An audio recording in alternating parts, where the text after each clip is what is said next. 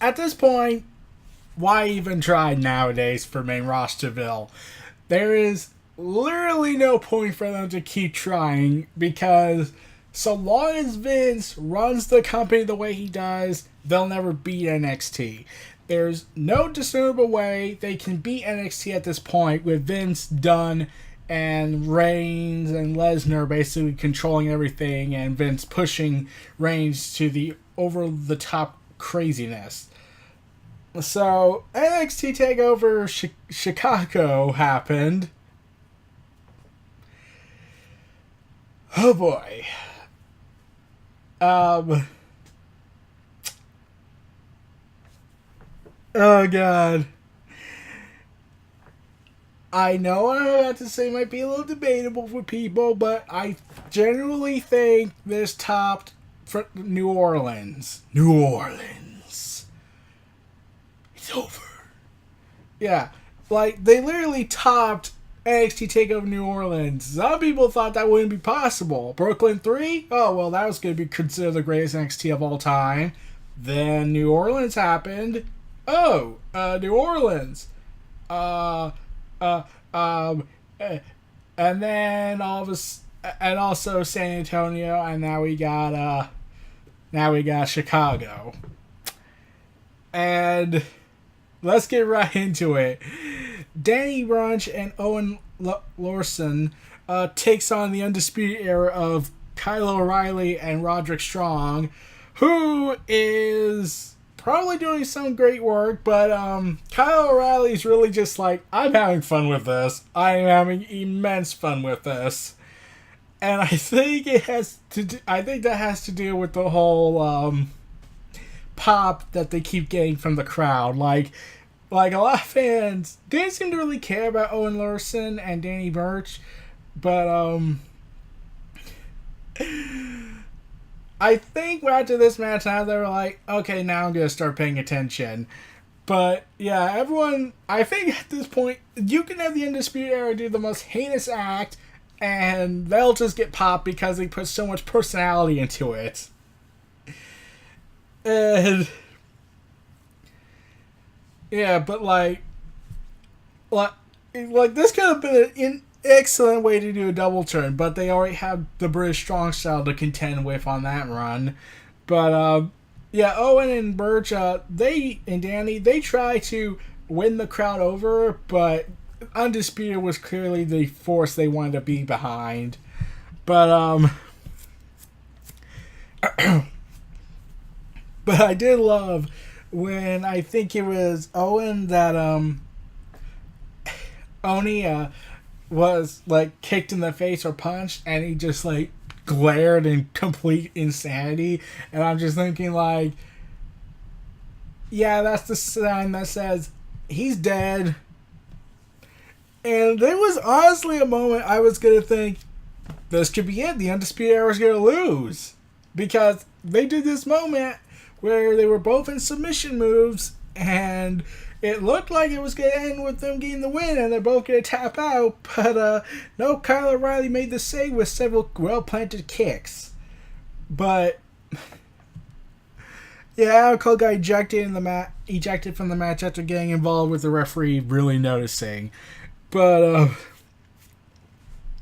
yeah, the fans, they have won for the Undisputed Era are clearly now faces to fans, but especially with Adam Cole baby. And I was a little disappointed when I found out, wait, why is the North American title not being defended? Yeah, I was a little disappointed by that. They really should have found a way to put that in there. I'm like, they could, like, okay, they could do 3 hours on this show, and I would have been perfectly alright with that. Just to put that one match in. But, Larson and Burch, they are now, yeah, they're a tag team. They got a standing ovation after the match. And that shows they have arrived. Like, really have arrived in NXT to many people. And here's the thing. A lot of people were like, okay, yeah, we're going to get something special. And there's a little twist at the end that I'll talk about at the end. But let's get on to Ricochet, aka King Ricochet, versus What You Gonna Do When the Velveteen Dream Runs Wild on You? And Velveteen Dream came out, and he had already won everyone over by dressing up as Hulk Hogan. Oh god, if you want to get hated by fans, yeah, dress up as a guy who's called a bunch of people in Florida who were suffering from the horrible disaster of Hurricane, whatever the name was, I lost track on that, a bunch of crybabies, because clearly that's going to give a positive response. But Velveteen Dream has shown, I don't need to get booed at, I'm clearly superior. And I watched their promo and I was like, so wait, they acknowledge Patrick Clark, his old persona, and Velveteen Dream, I in a moment of what I kept thinking was a meta humor, was being self-aware to what main Rosterville does. Tries to erase the past, like, oh, no, this moment, this never happened, okay? Your eyes are wrong, you're all a bunch of stupid idiots. Like, I kept thinking, like, did Velveteen Dream just mock Vince? Because if so, then one, that's extremely funny, and two, his career's ruined after this. Once he gets to main Rosterville. But for the most part, I'm happy he having fun on there. And he even had Dream Still Over. And King Ricochet, great entrance as always, but Velveteen Dream just adds spice to it. And to add insult to injury to King Ricochet, Velveteen Dream, I didn't notice this at first, but I was like, wait, those tights are really familiar. I could have sworn I'd seen them somewhere before. Then I looked online, went on Twitter, was on Twitter a lot, and then I found out, oh my god, those are King Ricochet's Prince Puma gear. Holy crap, they're acknowledging Lucha Underground! Everyone, they're kind of acknowledging Lucha Underground! Yeah. Yeah, Velveteen Dream was wearing Prince Puma, Ricochet's gimmick in Lucha Underground gear, and I was like, wow, they really, if the commentators had brought that up, that would have said, nope, call it everybody, this is now one of the best matches ever, we don't even need to see them fight. They clearly got the continuity and respect towards other promotions right. But yeah, and Ricochet and Dream, okay, just like Aleister Black and Velveteen Dream, if they didn't have the main event, it would have stolen the show. Yeah, I was like, give this match a 5-star. Give this match a 5-star. The only match that can top it is Gargano and Tommaso Ciampa. Like, there's no way anything can top it except for that match. And I was completely right on that. But, like, give this match a 5-star. Like, just seeing these two try and one-up each other, trying to show that what you could do, I could do better and whatnot. And like, everyone, I wanted Velveteen Dream to win. Like, I know, like, logic dictates that Ricochet is to win this match, but I would have been perfectly fine with Velveteen Dream getting the win. Like, I want this guy to get built up to such a level where he has to fight Aleister Black at NXT TakeOver Brooklyn 4.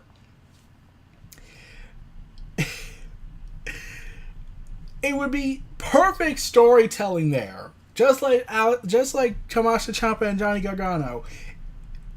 Like, imagine it. Velveteen Dream starts off as this guy that no one really cared about, thinking it was just not going to work. His gimmick was going to fail. He was going to end up failing. Then Aleister Black gave him his Hello World moment, and he's been delivering sense and getting pops from fans. And now he goes back to that cycle to go back to fighting Aleister Black for the NXT title, and he ultimately gets the grandiose moment.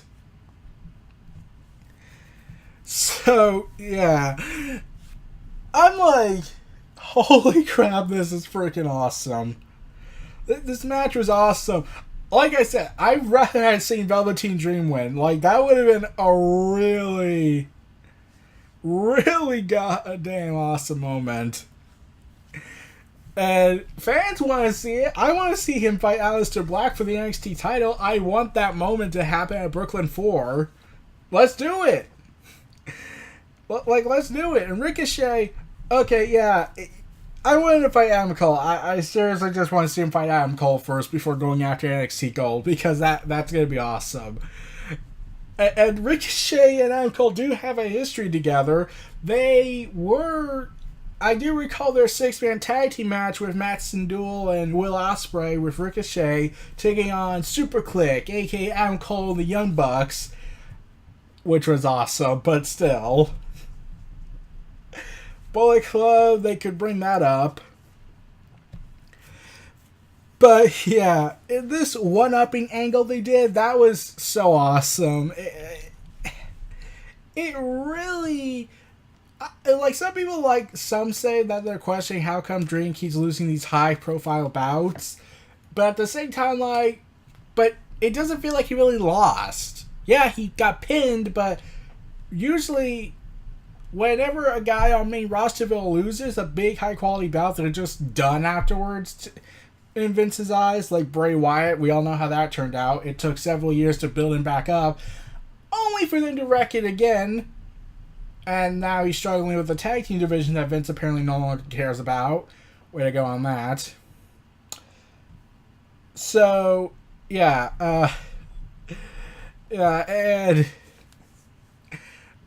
I just want Velveteen Dream to get the NXT title. It will be awesome. It will be the experience of a lifetime. And like I said, it would be a perfect storytelling of going full circle. The guy who made him a star is the guy that gives him the title. So, yeah, that should say something. Next we get a match that would have difficulty in trying to get...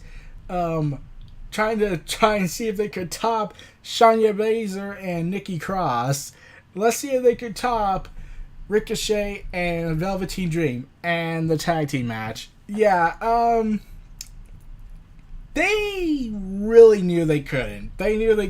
So they knew if they tried to do the same kind of style that Ricochet and Velveteen Dream did, that would have fallen flat on his face. So they had to go with a different angle. They had to go with character psychology.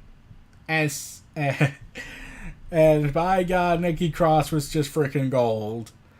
And the Queen of Spades, I like how the Queen of Spades is able to feel fear seeing Shayna Baszler freak out looking at Nikki Cross going all psychopathic. And here's the disturbing thing that might freak people out if I say this, but I have to. Every time when I see Nikki Cross latch onto someone behind them and just starts wailing on their heads, I'm thinking, like, is she gonna shank them with a knife? Yeah, I don't know. Like, I keep thinking that she's gonna puncture someone in the neck and through the neck, possibly the jugular vein, and start just wailing on them with a knife. I'm probably crazy, but still, like. That's the vibe I get from Nikki Cross. She would be an insane person escaping from the mental asylum and armed with a knife. And she probably would do a lot of devastation in the process. So, yeah.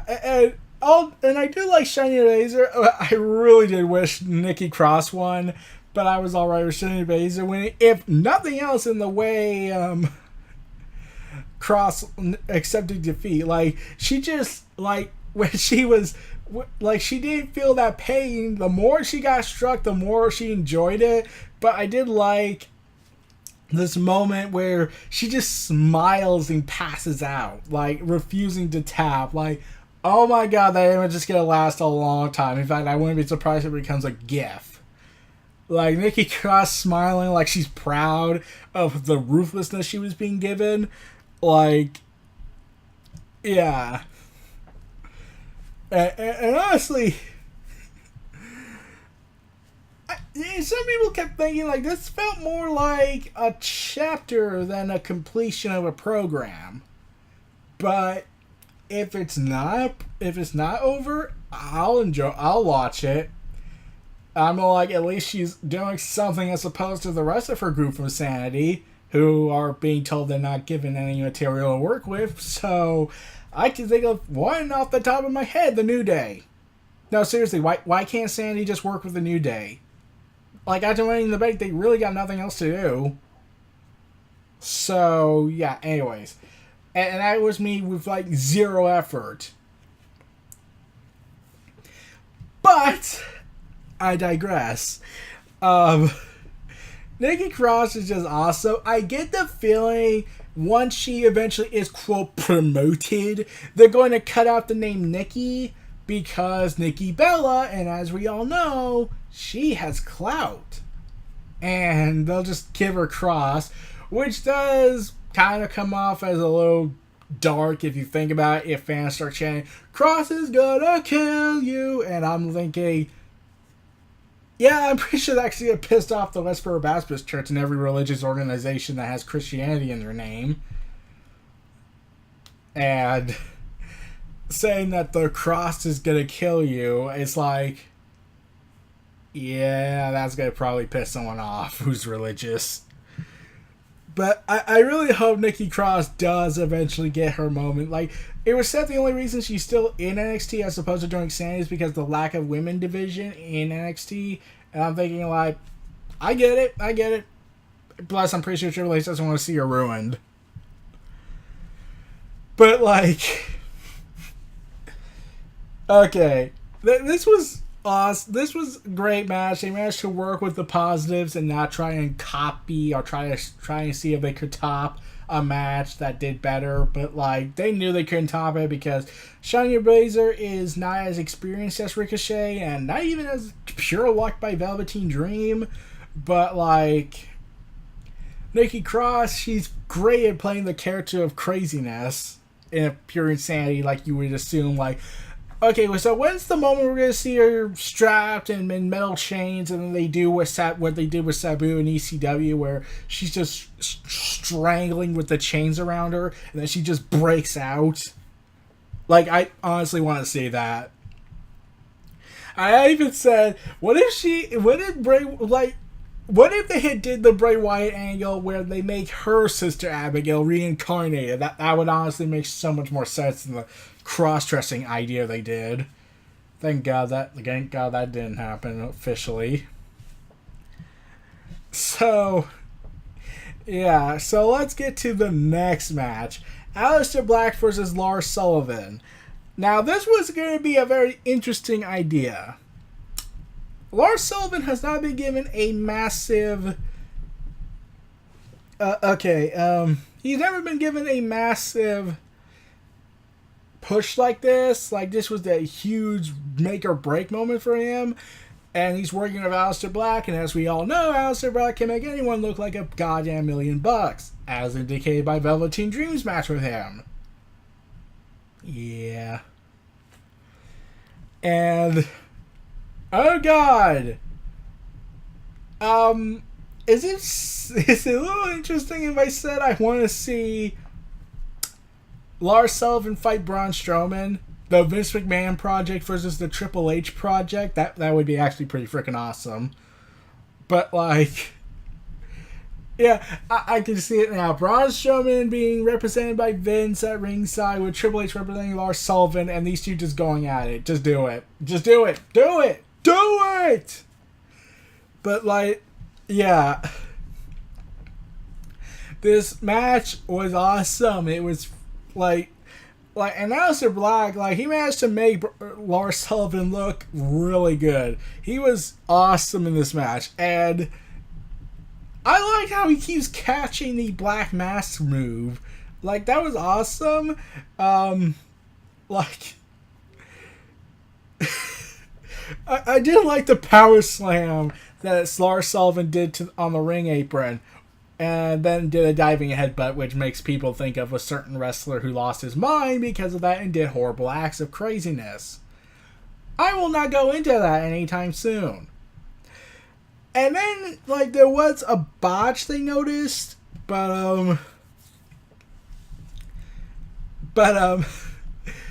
yeah, the commentators managed to pick it up and actually make it work and make it look like it was something else. But I did like this moment where he kicks Lars Sullivan once and Lars Sullivan two times already and gets back up, is bleeding through the mouth.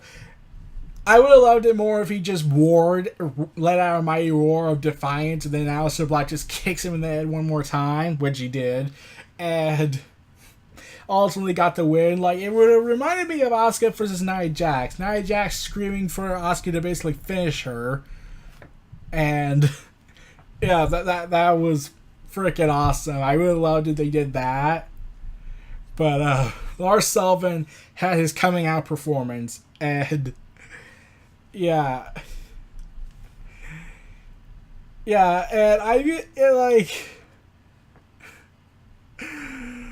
oh man, and I really. And while Lars Sullivan as champion would have been interesting, I was really hoping Aleister Black won, just so they could openly do Velveteen Dream versus Aleister Black. That is the only match I'll accept at NXT TakeOver. Okay, probably not. I'll probably accept any match Aleister Black is in, but that is the match I will declare a success already. Well, there is one more match they should announce at NXT TakeOver Brooklyn 4, but let's see if they'll do it. Especially after what happened in the main event, Chicago Street Fight, Johnny Gargano versus Tommaso Ciampa. I have no words. Like, no words to describe this. Like, I was trying to remember, how long was this match exactly? I decided to try and look up the match between the two and see how long the match lasted, but it was just so fresh. Like, I get the feeling like I probably wouldn't know until a little bit later during this recording. So I'm looking it up right now to see, how do they top this? How do they last? Like, I had a feeling they were gonna top the show because, well, it's these two, and plus is NXT giving the greatest product they can, and actually, giving two shits. Okay, so Johnny Gargano and Tommaso Ciampa gave 35 minutes and essentially 30 seconds. Okay. But, once again, I'm given this story, and they're running with it, and his wife and Tommaso Ciampa his wife gives Johnny Gargano a crutch, and Tommaso Ciampa comes out holding a crutch, and the boos from the fans echo as his music. At this point, I'm just waiting for him to just move his hands up and just start doing this like a composer, like moving his hands like a composer, orchestrating the crowd to just. Feed me your hatred. Feed me your anger. But, this is a story of what happens when vengeance consumes you. This is the story of vengeance. And all I'm thinking is 6 stars. I will accept that. I will accept that Dave Meltzer gives this the first ever WWE NXT whatever show to be given 6 stars. Like, a lot of people were thinking, like, okay, how can they top this match? How can they top the unsanctioned match? Well, my friend, if Kenny Omega and Kazuchika Okada can top their matches in New Japan Pro Wrestling over and over and over and over, then why can't Johnny Gargano and Tommaso Ciampa in NXT? I mean, rosterville, that's a completely different subject. But, yeah, this match was of vengeance, of anger, and hatred. I was loving every second of it. I was sad that Mauro Ranallo couldn't make it to the show. He had other commitments. But I would have loved it. I would have called it glorious God of wrestling moment if they put Jim Ross in replacement of Mauro Ranallo for this moment, because there were a lot of moments I could imagine both of them. One, Mauro Ranallo saying, Mamma Mia! And also calling Tommaso Ciampa a sadistic bastard. And Jim Ross just screaming out, "My God, he killed him!" Like, and like everything Johnny Gargano went through, the moment that made him cross that dark path was when Tommaso Ciampa took the wedding ring of Johnny Gargano and spit on it and then tossed it like it meant nothing. And I'm thinking, oh crap, this is gonna get good. And then you get this moment, which I thought was brilliant, is when Johnny Gargano is sitting in the same way as Tommaso Ciampa was when he turned on him a year prior. And I was thinking, oh god, Johnny Gargano's become Tommaso Ciampa in this moment. And then, whereas Tommaso Ciampa knew how to stop himself after his intense beatdown at last year's NXT TakeOver, Johnny Gargano just looks at his ring finger, realizes the ring's gone, realizing what Tommaso Ciampa did, and then his anger takes over, and he's just wailing with super kick after super kick after super kick, handcuffing him. And I'm like, oh god, why doesn't the main roster have this? Why does Vince hate this show? Why does Dunn hate this show? I don't get it. How can they still look at this show, say it's a developmental brand, not an alternative brand, not an A show? It is the A show. I'm calling it. After, especially when I'm hearing on Raw and SmackDown. And this should get a 6-star rating. This should get it. Whereas Kenny Omega and Kazuchika Okada were just two people proving themselves as the best in the business, and there were several story arcs involving it. This has one singular story with various layers added to it, telling of redemption, vengeance, becoming the very thing you hate and whatnot. And I was like, oh my god. And the commentators sold it so well with the whole Johnny Gargano's becoming the very thing he despises. And I'm like, oh god, just... There's no way, and there's really only one way to end this feud, to end this war between these two. The only way they're going to end it? Hell in a Cell taking over Brooklyn. Yeah, I'm calling it. I am calling it at this moment that the way they're going to end this, I could be wrong though, that the way they're going to end this fight, they end this war, is gotta be inside Hell in a Cell at the Barclays Center. They have to do it. There's no way they shouldn't. And they should book Hell in a Cell at NXT TakeOver Brooklyn 4. That's the only way I see this ending. Like, probably a 3 Stages of Hell match, but still, I still see Hell in a Cell having a role in it.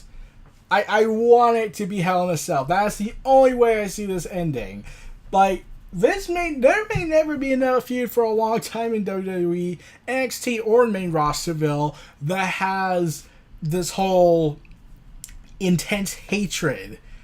Like, this is the only way I see it ending. So, yeah. And here's the twist. I did not watch one NXT TakeOver leading up to the show. And yet I completely understood what was going on. I knew the story. I knew all the matches' stories, I could instantly get it, and I did not watch a single NXT show. That should say something of what Triple H has brought to the WWE, what he can bring to the WWE. And then, in the afterglow of watching this phenomenal show, the demoralization for me comes in when I realize the main roster's never going to treat these guys with respect when they get, quote, promoted. Ricochet is going to be in the Cruiserweight division. Well, at least Triple H is still running it. She'll have a chance. Velveteen Dream will be looked at as, I don't get it. And Johnny Gargano and Tommaso Ciampa will be in the Cruiserweights, and then they will be forced to oversaturate their feud, like Kevin Owens and Sami Zayn have become. Especially Shinsuke Nakamura and AJ Styles, like, they've been given, how many matches in within a month span? So, yeah, I just don't want these people to be all called up. I just want them to stay in NXT, and then afterwards, when they feel like they've accomplished everything they can in NXT, just leave and go back to the Indies. Like, there's no way the main roster is going to treat these guys with respect if they don't even have anything for the Revival, for Authors of Pain, for Sanity even, and they haven't even shown up yet. Authors of Pain, however, they lost their manager, which already killed their momentum, and I could give them a little bit of a pass when I heard that one of them has visa issues, so I'll give them a pass on that to an extent, but the whole removing of the manager was like, so what's unique about them? They're big guys. So,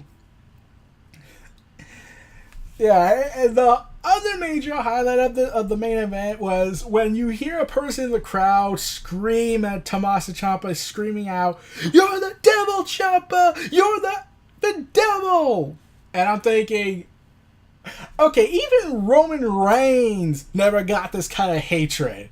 Oh, he got after the WrestleMania when he beat the Undertaker, and it seemingly like the Undertaker retired.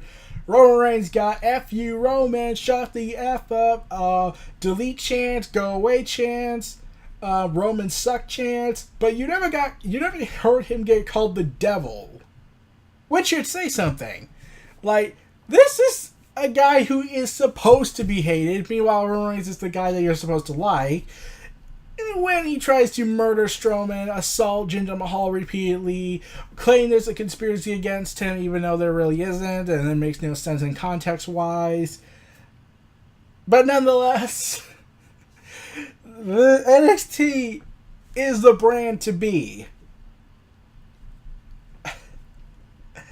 Oh, man. Phenomenal show. Phenomenal show. Send fruit baskets to Triple H, to the NXT writers. Send them all fruit baskets. This is a show I can watch. I will watch over and over and over and over, and I wouldn't get bored of it. I would love every moment of it. Like, yeah.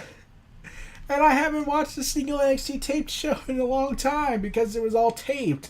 So I would already know what happened. Oh, and I forgot to mention, Ricochet, when he does that flip on the NXT show that was being talked about a lot, and the other team's dream reaction, I was like, okay, that was pretty badass. Oh, man. Like, oh, man. Okay, those were my thoughts on NXT TakeOver Chicago 2. I'm surprised they didn't call it Chicago 2 when I realized there was a Chicago beforehand, which is where the betrayal happened between Johnny Gargano and Tommaso Ciampa. So those were my thoughts on NXT TakeOver Chicago 2. This was Neo Reality Entertainment. Feel free to like, comment, subscribe, and donate. Stay tuned for more.